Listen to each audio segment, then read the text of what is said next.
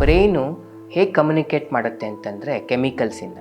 So chemicals and electrical ಇಂಪಲ್ಸಸ್ಸಿಂದ brain function ಆಗ್ತಾ ಇರೋದು.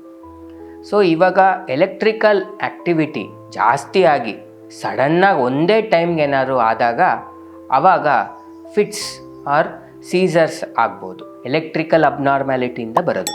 ಸೊ ಯಾರ್ಯಾರಿಗೆ ಬ್ರೈನ್ ಇರುತ್ತೋ ಅವ್ರಿಗೆಲ್ಲ ಫಿಟ್ಸ್ ಬರ್ಬೋದು, ನನಗೂ ನಿಮಗೂ ಅನಿಮಲ್ಸ್ಗೂ ಕೂಡ. ನೀವು ಅರ್ಥ ಮಾಡ್ಕೊಳ್ಳಿಕ್ಕೆ ಒಂದು ಎಕ್ಸಾಂಪಲ್ ಹೇಳ್ತೀನಿ. ಕ್ಲಾಸಲ್ಲಿ 100 ಮಕ್ಕಳು ಇರ್ತಾರೆ. ಒಂದು 5 ಜನ ಮಕ್ಕಳು ತುಂಬ ಸೈಲೆಂಟು, ಒಂದು 5 ಜನ ಮಕ್ಕಳು ತುಂಬ ಗಲಾಟೆ.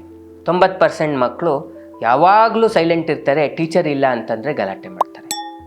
ಹಾಗೆಯೇ ನಮ್ಮ ಬ್ರೈನಲ್ಲೂ ಕೂಡ ಕೆಲವು ನರಗಳು ತುಂಬ ಸೈಲೆಂಟು, ಕೆಲವು ನರಗಳು ತುಂಬ ಗಲಾಟೆ ಮಾಡತ್ವೆ. ಮೆಜಾರಿಟಿ ನರಗಳು ಯಾವಾಗಲೂ ಸೈಲೆಂಟ್ ಇರುತ್ತವೆ, ಚಾನ್ಸ್ ಸಿಕ್ಕಿದಾಗ ಗಲಾಟೆ ಮಾಡತ್ವೆ.